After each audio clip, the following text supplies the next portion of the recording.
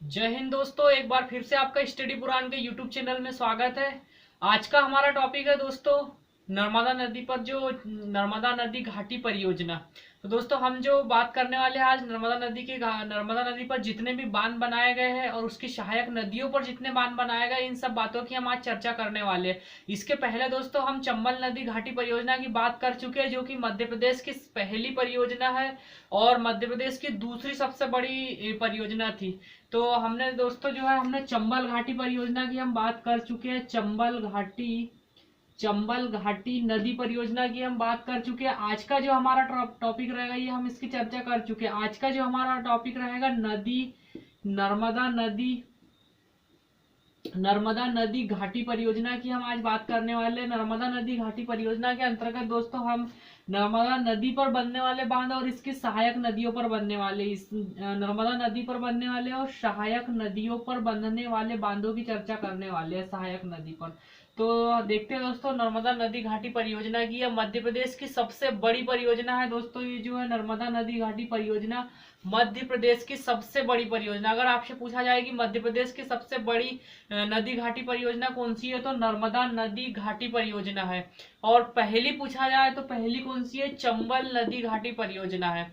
तो आज जो हम चर्चा करने वाले हैं नर्मदा नदी घाटी परियोजना पर, तो देखते हैं दोस्तों इसके बारे में क्या क्या जानकारी और क्या क्या विशेषता है, इसकी चर्चा करेंगे। तो ये हो जाएगा हमारा जो आज का टॉपिक रहेगा नर्मदा नदी घाटी परियोजना। नर्मदा नदी घाटी परियोजना की हम आज बात करने वाले हैं। अब नर्मदा नदी घाटी परियोजना दोस्तों हम इसके पहले नर्मदा नदी के बारे में हम थोड़ा सा समझ लेते हैं। नर्मदा नदी कहाँ से निकलती है और कहाँ पर इसका अवसान होता है, तो हम इन सब बातों की चर्चा कर चुके हैं। नर्मदा नदी जो है दोस्तों अनूपपुर जिले के अमरकंटक की पहाड़ी से निकलते हुए जो गुजरात के जो खंबात की खाड़ी में जाकर गिर जाती है। गुजरात की खंबात की खाड़ी में गिर जाती है दोस्तों। इस प्रकार से जो है नर्मदा नदी है यहाँ पर है मध्य प्रदेश के जो पूर्वी भाग में है। मैकल श्रेणी का जो भाग है अमरकंटक, अमरकंटक से निकलती हुई इस प्रकार से जो है गुजरात जो है महाराष्ट्र, महाराष्ट्र के बाद में गुजरात, और गुजरात की दोस्तों ये जो है बंगाल जो है अरब अरब सागर हो जाएगा। अरब सागर या तो हो जाएगा खंबात की खाड़ी, खंबात खंबात की खाड़ी में इसका अवसान हो जाता है। इस प्रकार से दोस्तों जो हमने नर्मदा नदी की स्थिति देखी थी, तो हम दोस्तों यहाँ पर बात करने वाले हैं जो कि नर्मदा परियोजनाओं के बारे में बात करने वाले हैं। और परियोजनाओं के में दोस्तों हम बांध की बात करेंगे। परियोजना के तहत कौन कौन से बांध बनाए गए हैं, इन सब बातों की हम चर्चा करेंगे। तो दोस्तों सबसे पहले हम मानचित्र पर इन बांधों को दर्शा देते हैं और उसके बाद हम उनकी विशेषताओं की बात करेंगे। तो मानचित्र पर देख लेते हैं दोस्तों किस प्रकार से जो है बांध बनाए गए हैं। तो ये अरब सागर और खंबात की खाड़ी हो जाएगी दोस्तों। ये यहाँ पर जो है महाराष्ट्र में बहती है और महाराष्ट्र के बाद में आ जाएगी गुजरात और मध्य प्रदेश आ जाएगा दोस्तों। हम इसकी लंबाई की चर्चा, इसके उद्गम, इसके अवसान, इन सब बातों की हम चर्चा कर चुके हैं। अब यहाँ पर हम देखेंगे दोस्तों जो महत्वपूर्ण बांध है। तो दोस्तों सबसे पहला जो बांध याद रखना है आपको जो है, तो ये यहाँ से जो निकलती है ये अमरकंटक की पहाड़ी से निकलती है दोस्तों। तो सबसे पहले में पहला जो बांध याद रखना है दोस्तों, इस पे याद रखना है पुनासा डैम बना हुआ है जो नर्मदा नदी पर बना हुआ है यहाँ पर, जो कि खंडवा में बना हुआ है।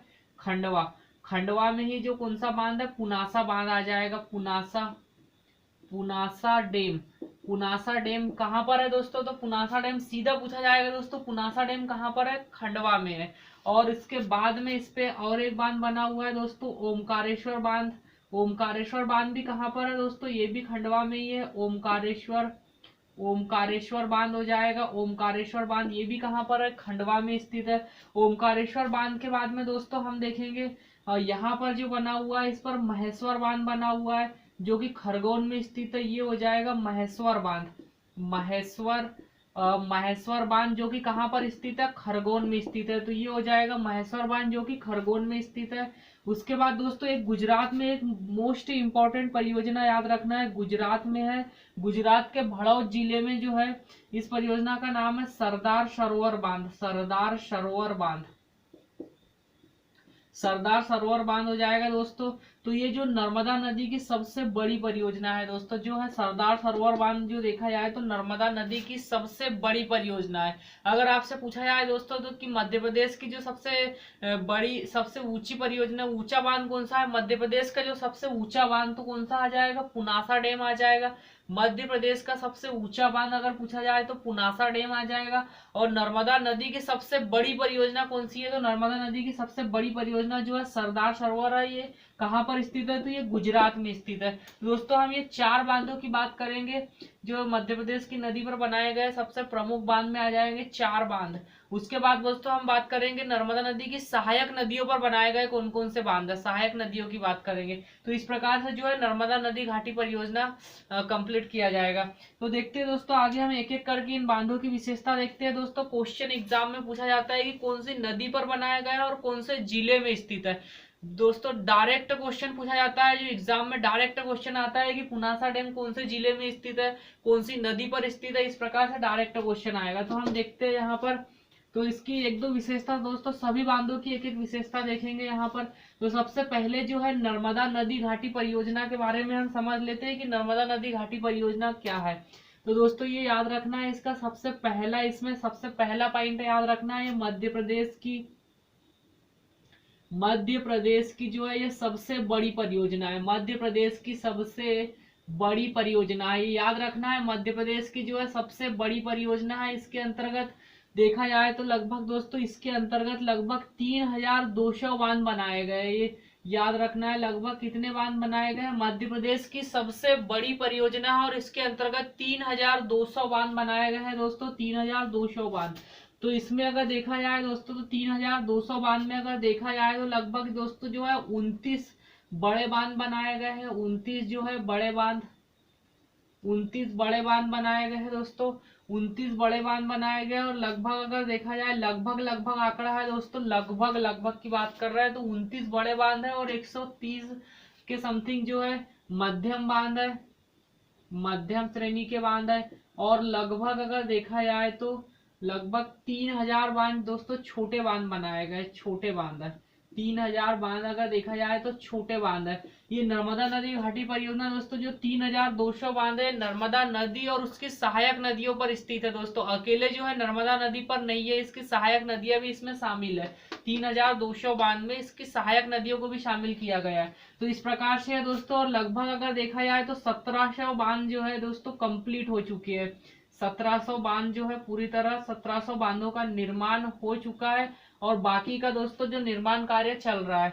तो 1700 बांध बनाए जा चुके हैं और बाकी के जो बांध है उनका काम अभी वर्तमान में चल रहा है। तो इस प्रकार से हो जाएगा मध्य प्रदेश की सबसे बड़ी परियोजना, लगभग 3200 बांध बनाए गए हैं। अगर और देखा जाए तो आ जाएगा ये मध्य प्रदेश की दूसरी नदी घाटी परियोजना है। मध्य प्रदेश की जो है ये कौन सी दूसरी नदी घाटी परियोजना है, नदी घाटी,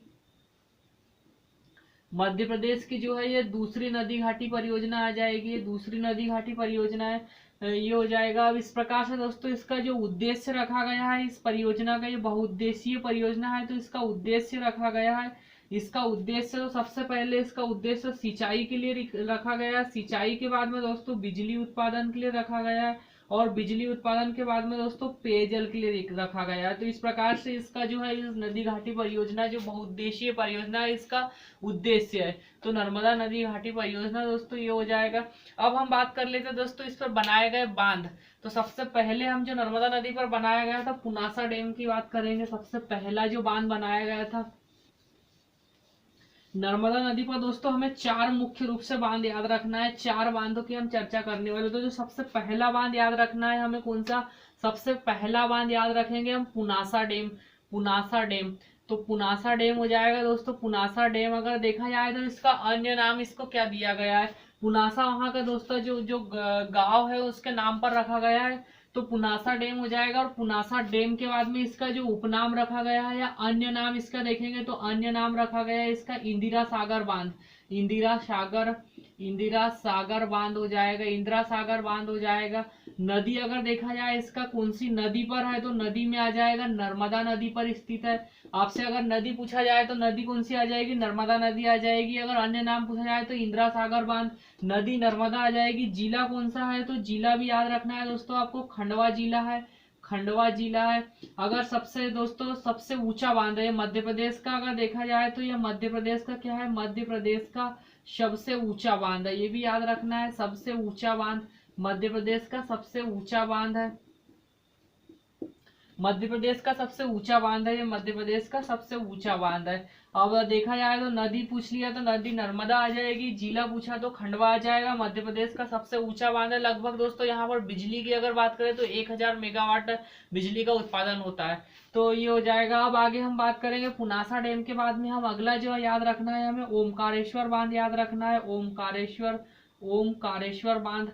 तो ओमकारेश्वर बांध के बारे में अगर देखा जाए दोस्तों तो इसका जो है इसका अन्य नाम तो नहीं है, ओमकारेश्वर बांध के ही नाम से जाना जाता है। ये जो है देखा जाए तो ये कहाँ पर है, तो नदी सबसे पहले नदी देखा जाए तो ये नर्मदा नदी आ जाएगी, नर्मदा नदी, ये याद रखना है नर्मदा नदी। इसके बाद जिला याद रखेंगे तो जिला में आ जाएगा खंडवा जिला आ जाएगा, खंडवा जिला, जिला आ जाएगा, खंडवा आ जाएगा।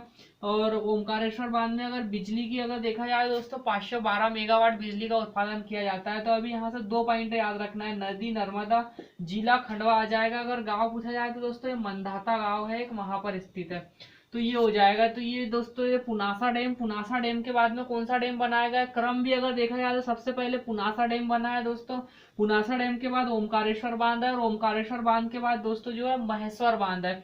तो महेश्वर बांध हम देख लेते हैं आगे हम।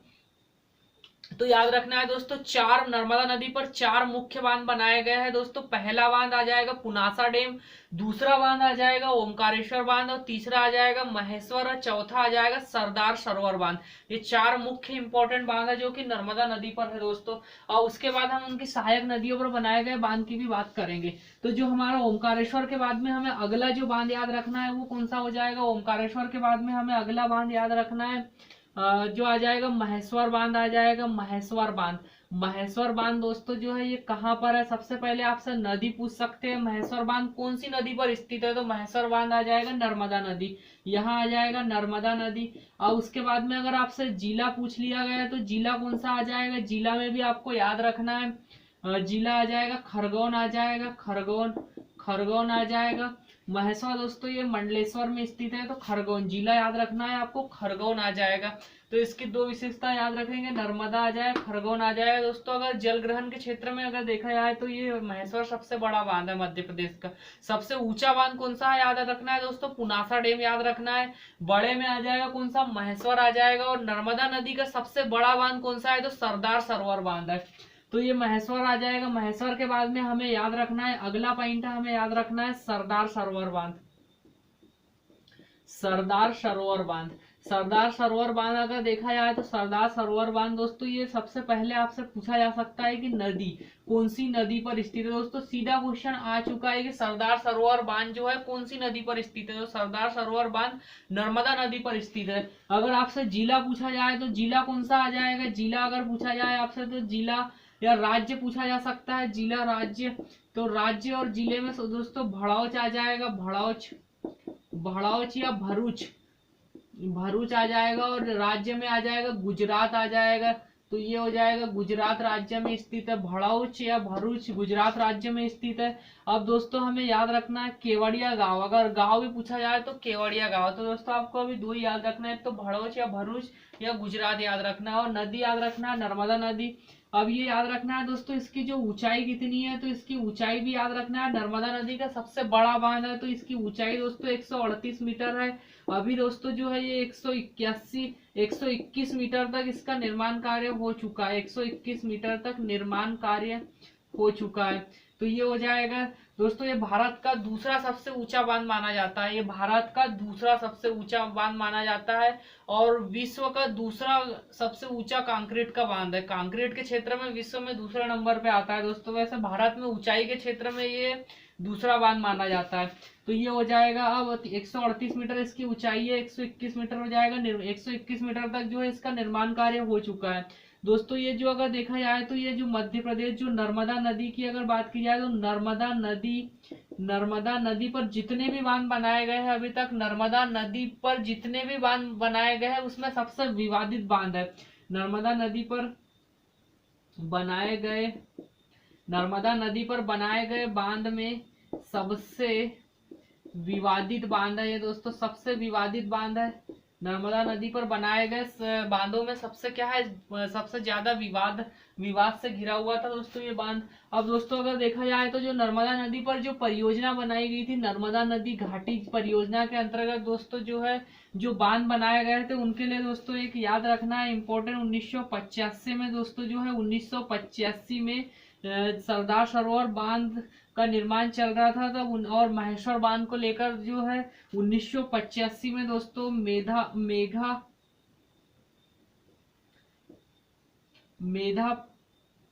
पाटकर और बाबा आमटे, ये दो नाम याद रखना है दोस्तों, मेधा पाटकर और बाबा आमटे ये जो पर्यावरणविद है दोस्तों, ये मेधा पाटकर और बाबा आमटे, इनके द्वारा दोस्तों नर्मदा बचाओ आंदोलन प्रारंभ किया गया था। नर्मदा बचाओ आंदोलन, तो नर्मदा बचाओ आंदोलन ये भी याद रखना है। तो मेधा पाटकर और बाबा आमटे का संबंध कौन से आंदोलन से ये पूछा जा सकता है, तो नर्मदा बचाओ आंदोलन हो जाएगा दोस्तों। जो नर्मदा नदी पर बनाए गए बांध को लेकर जो गांव का विस्थापन किया जा रहा था, जो पर्यावरण जो है वृक्ष का कटाव किया जा रहा था, इन सब मुद्दे को लेकर जो है नर्मदा बचाओ आंदोलन प्रारंभ किया गया था। किसके द्वारा, मेधा पाटकर व बाबा आमटे के द्वारा। तो ये हो जाएगा इस प्रकार से 1985 में याद रखना है। तो नर्मदा बचाओ आंदोलन दोस्तों जो सरदार सरोवर बांध के लिए किया गया था। अब इसके बाद तो याद रखना है सरदार सरोवर बांध जो है नदी अगर पूछे तो नर्मदा नदी, जिला पूछे तो भड़ौच गुजरात, ऊंचाई 138 मीटर 121 मीटर है। निर्माण कार्य नर्मदा नदी पर बनाए गए बांध में सबसे विवादित बांध है दोस्तों। एक और इसकी एक महत्वपूर्ण विशेषता याद रखना है दोस्तों, ये संयुक्त परियोजना कितने राज्यों की संयुक्त परियोजना है। तो संयुक्त रूप से अगर देखा जाए तो ये कितने राज्यों की संयुक्त परियोजना है, तो ये आ जाएगी संयुक्त परियोजना। संयुक्त रूप से कौन कौन से राज्य शामिल है दोस्तों, इसमें याद रखना है, बहुत ही इंपॉर्टेंट है, पूछा जा सकता है कि कौन से राज्यों की संयुक्त परियोजना है। तो सबसे पहले तो एक मध्य प्रदेश की है, मध्य प्रदेश के बाद में दोस्तों याद रखना है गुजरात की है, गुजरात के बाद में ये जो है महाराष्ट्र भी इसमें शामिल है, और महाराष्ट्र के बाद में दोस्तों राजस्थान भी शामिल है।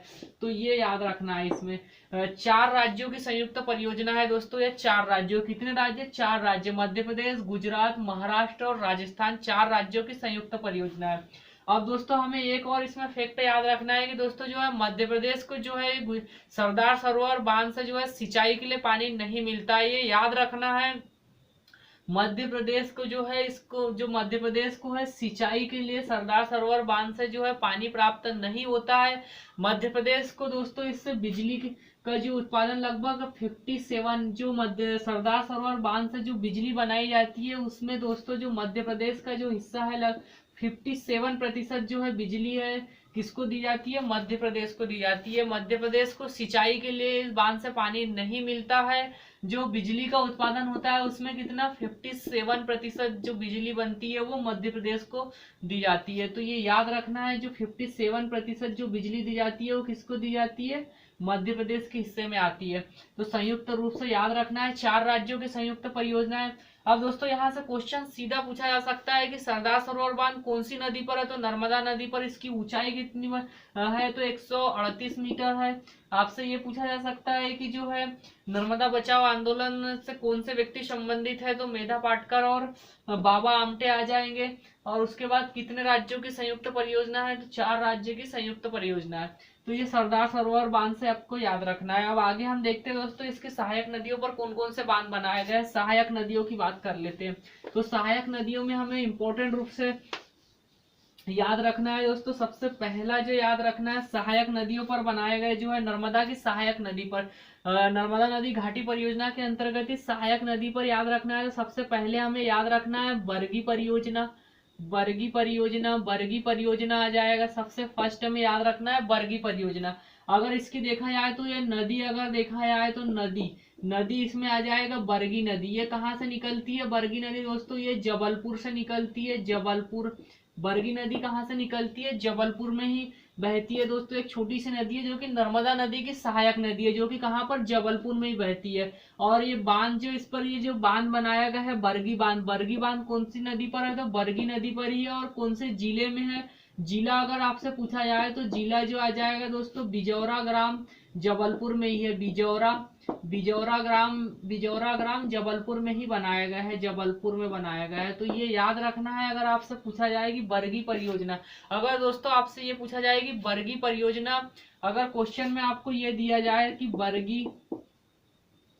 बरगी बांध जो है, बरगी बांध कौन सी नदी पर है, कौन सी नदी पर है? तो बरगी बांध कौन सी नदी पर, अगर ऑप्शन में दिया जाए आपको चंबल दिया जाए, चंबल, उसके बाद अगर आपको दिया जाए नर्मदा दी जाए, नर्मदा के बाद में ताप्ती दी जाए, और ताप्ती के बाद में दिया जाए आपको बेतवा दिया जाए, तो दोस्तों इस पे जो है नर्मदा नदी भी सही आंसर होगा। वास्तव में जो है दोस्तों बरगी नदी पर है, पर नर्मदा की सहायक नदी है बरगी, इसलिए इसका आंसर नर्मदा नदी भी होगा।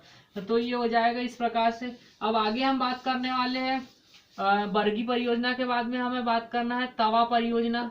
तवा परियोजना, तवा परियोजना अगर देखा जाए तो तवा परियोजना सबसे पहले दोस्तों आपको याद रखना है कि ये नदी कौन सी नदी पर स्थित है। तवा परियोजना जो है, तवा परियोजना तवा नदी पर स्थित है, और ये क्या है? नर्मदा की सबसे बड़ी सहायक नदी है। ये भी याद रखना है कि नर्मदा की सबसे बड़ी सहायक नदी कौन सी है? तो तवा नदी आ जाएगी। नर्मदा की सबसे बड़ी सहायक नदी कौन सी है? नर्मदा नदी की सबसे बड़ी सहायक नदी, सबसे बड़ी सहायक नदी आ जाएगी। ये भी याद रखना है, नर्मदा नदी की सबसे बड़ी सहायक नदी कौन सी हो जाएगी? तवा नदी आ जाएगी, जो कि तवा है, जो कि नर्मदा नदी की सबसे बड़ी सहायक नदी है। आपसे अगर जिला पूछा जाए तो कौन से जिले में बना हुआ है ये बांध, तो जिला याद रखना है आपको होशंगाबाद में बना हुआ है, होशंगाबाद। और दोस्तों ये याद रखना है कि ये जो है मध्य प्रदेश का जो है, मध्य प्रदेश का सबसे जो है लंबा, ये जो बांध है एमपी का सबसे लंबा बांध माना जाता है। एमपी का सबसे लंबा बांध है। जो ये देखा जाए दोस्तों तो मध्य प्रदेश का सबसे लंबा बांध कौन सा आ जाएगा? सबसे लंबा बांध में याद रखना है, लंबा बांध जो है तवा बांध है, जो कि लगभग 1.3 किलोमीटर है, और इस पर सड़क पुल बना हुआ है। तो मध्य प्रदेश का अगर आपसे सबसे लंबा सड़क पुल अगर पूछा जाए तो कौन सा आ जाएगा? तवा बांध आ जाएगा, जो कि 1.3 किलोमीटर है, और कहाँ पर है? होशंगाबाद में है, मध्य प्रदेश का सबसे लंबा। अगर आपसे पूछा जाए दोस्तों कि मध्य प्रदेश की सबसे ऊंचा बांध कौन सा है, मध्य प्रदेश का सबसे ऊंचा बांध, तो ऊंचा बांध में याद रखना है पुनासा डैम। अगर आपसे पूछा जाए कि नर्मदा नदी की सबसे बड़ी परियोजना कौन सी है, सबसे बड़ा बांध कौन सा है नर्मदा नदी पर, तो याद रखना है सरदार सरोवर बांध। अब तवा परियोजना के बाद में हमें याद रखना है दोस्तों अगली जो परियोजना आ जाएगी हमारी, अगली परियोजना में हमें दोस्तों याद रखना है सुक्ता परियोजना। सुक्ता परियोजना, सुक्ता परियोजना भी अगर देखा जाए तो ये किसकी सहायक नदी है दोस्तों? ये है नर्मदा। तो ये कहाँ पर है? नर्मदा नदी आपसे पूछा जाए तो नदी में आ जाएगा सुक्ता नदी। सुक्ता नदी भी को क्या है दोस्तों? ये किसकी सहायक नदी है? नर्मदा की सहायक नदी है। नदी के बाद में आपसे जिला पूछा जाए तो जिला में आ जाएगा खंडवा आ जाएगा। ये भी याद रखना है। इस प्रकार से सुक्ता परियोजना सुक्ता नदी पर है। सुक्ता नदी क्या है दोस्तों? ये नर्मदा की सहायक नदी है। ये हो जाएगा नर्मदा की सहायक नदी। अब आगे हम बात करेंगे, और दोस्तों ये हो जाएगी 3 परियोजना की बात कर ली हम। आगे और लिखते हैं इसमें कौन कौन सी परियोजना है। इसके बाद दोस्तों हमें याद रखना है एक जो है इंदौर से एक नदी निकलती है, वो इंदौर से एक नदी निकलती है जिसका नाम है चोरल नदी। तो ये हो जाएगा दोस्तों इस प्रकार से जो है चोरल परियोजना। चोरल परियोजना, ये परियोजना की अगर बात करी जाए दोस्तों तो ये नदी पूछा जाएगा इसमें, तो नदी का नाम आ जाएगा कौन सी? चोरल नदी है। ये कहाँ पर है दोस्तों? ये है कहाँ पर है? जिला अगर पूछा जाए तो कौन से जिले में है? ये इंदौर जिले में बहती हुई दोस्तों कहाँ? नर्मदा में मिल जाती है। इंदौर जिले में बहती हुई कहाँ पे? नर्मदा नदी में मिल जाएगी। और ये याद रखना है दोस्तों, इससे एक क्वेश्चन ये बनता है कि ये मध्य प्रदेश की जो है, मध्य प्रदेश की पहली अंतरघाटी परियोजना है। पहली अंतरघाटी परियोजना। तो ये याद रखना है दोस्तों, अगर आपसे पूछा जाए कि मध्य प्रदेश की सबसे पहली अंतरघाटी परियोजना कौन सी है, तो चोरल नदी परियोजना आ जाएगी। अब आगे हम बात करने वाले हैं, इसके बाद आ जाएगा, इसके बाद हमें याद रखना है दोस्तों जोबट परियोजना। जोबट परियोजना, जोबट परियोजना, जोबट परियोजना जो दोस्तों अगर जोबट परियोजना की अगर बात की जाए तो सबसे पहले आपको यहाँ पे नदी याद रखना है कि कौन सी नदी पर बनाया गया है। ये दोस्तों जितने भी हम नदियों के नाम लिख रहे हैं ये सब नर्मदा की सहायक नदियां हैं। तो अगर जोबट परियोजना की अगर बात करें तो जोबट परियोजना में नदी आ जाएगी दोस्तों। नदी अगर देखा जाए तो हथनी नदी, ये याद रखना है। ये कहाँ पर, धार में बहती है, और धार में बहते हुए दोस्तों ये कहाँ, नर्मदा नदी में मिल जाती है। तो हथनी नदी। अगर जिला पूछा जाए आपसे तो कहाँ पर है ये जोबट परियोजना जो है, ये धार में स्थित है, धार में आ जाएगा। अब इसके बाद हमें आगे याद रखना है दोस्तों, धार आ जाएगा। अब इसके बाद जोबट परियोजना धार। अब दोस्तों इसका जो अन्य नाम है, अन्य नाम भी याद रखना है इसका, चंद्रशेखर आजाद परियोजना भी बोलते हैं इसको, चंद्रशेखर आजाद परियोजना। तो ये भी अन्य नाम में भी याद रखना है दोस्तों, चंद्रशेखर आजाद परियोजना। दोस्तों कोई कोई बुक में जो है धार की जगह झाबुआ भी दिया है, पर आपको धार याद रखना है। तो अन्य नाम में आ जाएगा चंद्रशेखर आजाद परियोजना भी कहा जाता है इसको। ये हो जाएगा धार के बाद जोबट परियोजना, चोरल परियोजना, जोबट परियोजना। अब आगे हमें याद रखना है एक और परियोजना हमें देखना है दोस्तों आगे। तो और परियोजना में आ जाएगा दोस्तों, आ जाएगा देजड़ा देवड़ा परियोजना। तो एक जो याद रखना है देजड़ा देवड़ा परियोजना। ये परियोजना अगर देखा जाए दोस्तों तो इसमें नदी कौन सी है, तो नदी में याद रखना है आपको कुंदा नदी याद रखना है दोस्तों, कुंदा नदी। कुंदा नदी कौन से जिले में स्थित है, तो जिला में देखा जाए दोस्तों तो जिला आ जाएगा खरगोन आ जाएगा, ये याद रखना है खरगोन जिला। कुंदा नदी, नदी अगर पूछा जाए तो कुंदा नदी, अगर जिला पूछा जाए तो खरगोन आ जाएगा। तो देजड़ा देवड़ा परियोजना जो कि कौन सी नदी पर स्थित है, कुंदा नदी पर आ जाएगा। और दोस्तों अगर देखा जाए तो और सीहोर में दोस्तों, सीहोर अगर देखा जाए तो इसमें आ जाएगा बारना परियोजना। बारना परियोजना आ जाएगी जो दोस्तों। ये नदी अगर देखा जाए तो बारना नदी आ जाएगी। कहाँ पर, कौन सी नदी में, बारना नदी। जिला पूछा जाए दोस्तों तो ये जिला जो आ जाएगा सीहोर आ जाएगा, सीहोर और विदिशा। तो सीहोर आ जाएगा। बारना के बाद में दोस्तों अगर देखा जाए कोलार परियोजना भी है, कोलार परियोजना अगर देखा जाए तो कोलार परियोजना, ये भी अगर दोस्तों नदी अगर देखा जाए तो नदी में आ जाएगा, कोलार नदी ही है इसमें भी। कोलार परियोजना जो है कौन सी नदी पर है, तो कोलार नदी। कोलार नदी के बाद में अगर देखा जाए तो जिला अगर देखा जाए तो कौन सा जिला है, जिले में आ जाएगा दोस्तों इसमें सीहोर जिला आ जाएगा। ये भी दोस्तों जो है नर्मदा नदी की सहायक नदी है, और बारना नदी भी क्या है, नर्मदा नदी की सहायक नदी है। सब नर्मदा नदी में आकर मिल जाती है। तो इस प्रकार से दोस्तों जो हमने प्रमुख परियोजना की बात की, तो सबसे पहले हमने दोस्तों नर्मदा नदी पर कुल प्रमुख रूप से 4 परियोजना देखी, जिसमें पुनासा के बाद में ओमकारेश्वर के बाद में महेश्वर, और उसके बाद में सरदार सरोवर बांध। और उसके बाद में दोस्तों हमने क्या देखा फिर, सबसे पहले बरगी सहायक नदियों में अगर देखा जाए तो बरगी परियोजना की बात की। बरगी परियोजना के बाद में हमने दोस्तों जो है तवा परियोजना देखी। तवा के बाद में हमने सुक्ता परियोजना देखी। सुक्ता के बाद में हमने दोस्तों चोरल परियोजना देखी। उसके बाद में दोस्तों हमने देजड़ा देवड़ा परियोजना देखी, जोबट परियोजना देखी। उसके बाद में हमने दोस्तों जो है बारना परियोजना देखी। बारना के बाद में कोलार परियोजना देखी। इस प्रकार से हमने देखी दोस्तों। अब इन जितनी भी हमने नर्मदा नदी घाटी परियोजना पढ़ी दोस्तों, हम उसको एक ही मानचित्र में बना लेते हैं। तो देख लेते हैं एक ही मानचित्र में किस प्रकार से दोस्तों हमें बनाना है। मानचित्र में दोस्तों आप जब भी पढ़ते हो तो क्या करना है आपको, इसका हर एक नदियों का मैप बनाते हुए पढ़ना है दोस्तों। अगर आप हर एक नदियों का मैप बनाते हुए पढ़ेंगे तो आपको लंबे समय तक याद रहेगा और बहुत ही जल्दी याद होगा। तो देख लेते हैं दोस्तों। सबसे पहले मैप आपको दोस्तों अभी मैं जिस प्रकार से बना रहा हूँ उसी प्रकार से आप बनाते हुए चले, और बनाए तो आपको याद हो जाएगा। तो इस प्रकार से याद रखना है। ये दोस्तों ये हमने यहाँ पे देखी थी, एक इमेजिन करना है दोस्तों कि ये जो है मध्य प्रदेश का एक मैप है, और ये कौन सा पूर्व में स्थित है। पूर्व में यहाँ पर क्या है, अमरकंटक की पहाड़ी है। अमरकंटक की पहाड़ी से कौन सी नदी निकलती है दोस्तों, अमरकंटक की पहाड़ी से नर्मदा नदी निकलती है। दोस्तों हमने बताया था कि अमरकंटक की पहाड़ी से कुल 3 नदी निकलती है, एक सोन निकलती है, एक जोहिला निकलती है, और एक नर्मदा नदी। तो ये इस प्रकार से दोस्तों जो है निकलती है, लगभग 15 जिले से गुजरते हुए महाराष्ट्र के बाद में दोस्तों कहाँ पे, ये महाराष्ट्र के बाद में दोस्तों ये गुजरात में जाती है, और ये वाला जो क्षेत्र रहेगा ये एमपी का क्षेत्र रहता है। तो इसकी कुल लंबाई है 13-12 किलोमीटर, और मध्य प्रदेश में 1077 किलोमीटर, लगभग 90% भाग इसका मध्य प्रदेश में ही बहता है। और यहाँ से दोस्तों याद रखना है आपको एक नदी, ये याद रखना है बरगी नदी याद रखेंगे। बरगी नदी के बाद में यहाँ से एक तवा नदी याद रखना है। तवा नदी के बाद में दोस्तों यहाँ पे याद रखना है आपको जो सीहोर वाले क्षेत्र में कोलार नदी, और कोलार के बाद में है दोस्तों बारना नदी याद रखना है। कोलार आ जाएगी, कोलार के बाद में बारना आ जाएगी। इसके बाद में दोस्तों यहाँ पे हमें याद रखना है सुक्ता नदी याद रखना है। सुक्ता जो कि खंडवा में है, सुक्ता नदी ये यहाँ पे आ जाएगा सुक्ता नदी। सुक्ता नदी के बाद में हमें याद रखना है दोस्तों जो सुक्ता नदी के बाद में हमें याद रखना है इंदौर से याद रखना है चोरल नदी याद रखना है। इस प्रकार से यहाँ से दोस्तों हमें याद रखना है जोबट नदी हथनी नदी याद रखना है। हथनी नदी पे ही हमने कौन सी जोबट परियोजना देखी थी। आगे हमें याद रखना है दोस्तों नीचे याद रखना है कुंदा नदी याद रखना है।